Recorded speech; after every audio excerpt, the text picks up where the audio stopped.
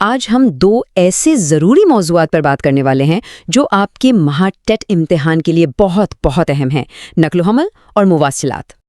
آج کا ہمارا سفر کافی دلچسپ ہونے والا ہے۔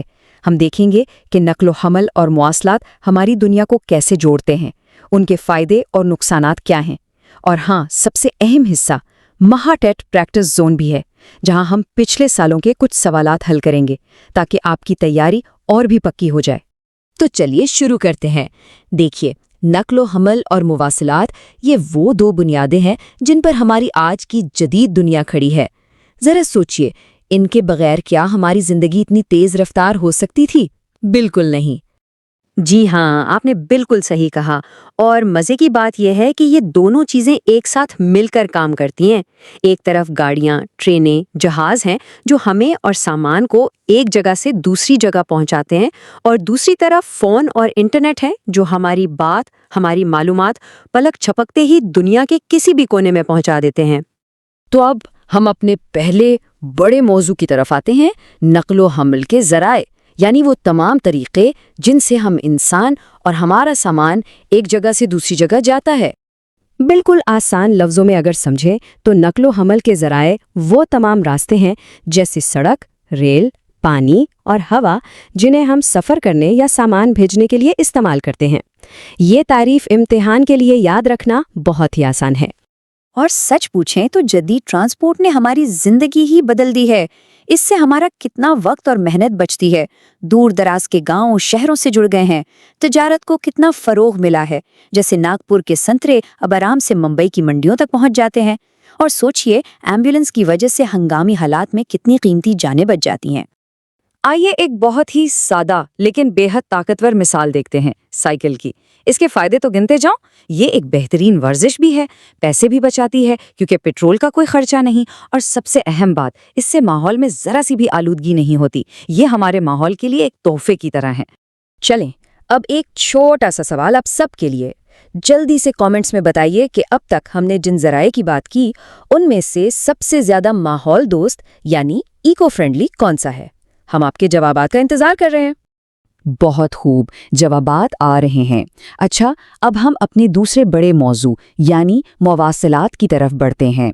ای وی ایس کے تمام موضوعات پر مکمل نظر ثانی کے لیے ہماری پوری پلے لسٹ کا لنک نیچے ڈسکرپشن میں موجود ہے۔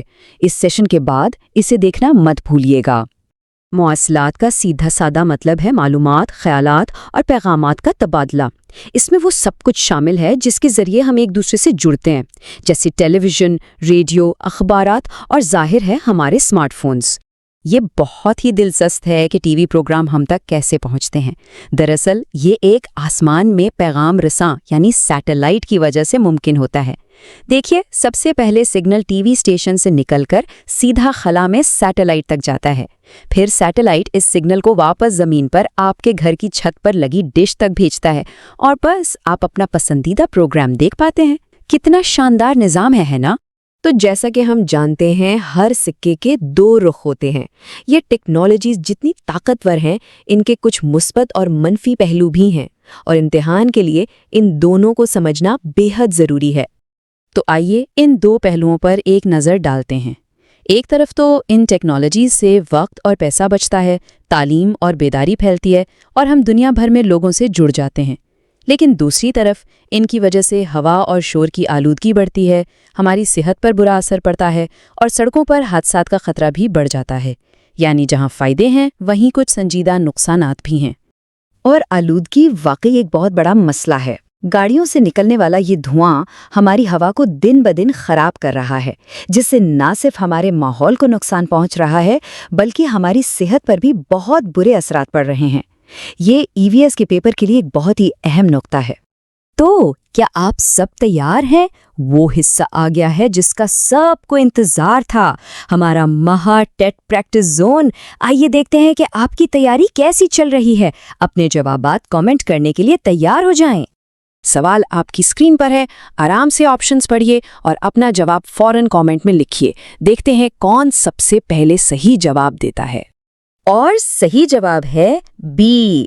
بہت خوب، جن لوگوں نے بی جواب دیا وہ بالکل صحیح ہیں۔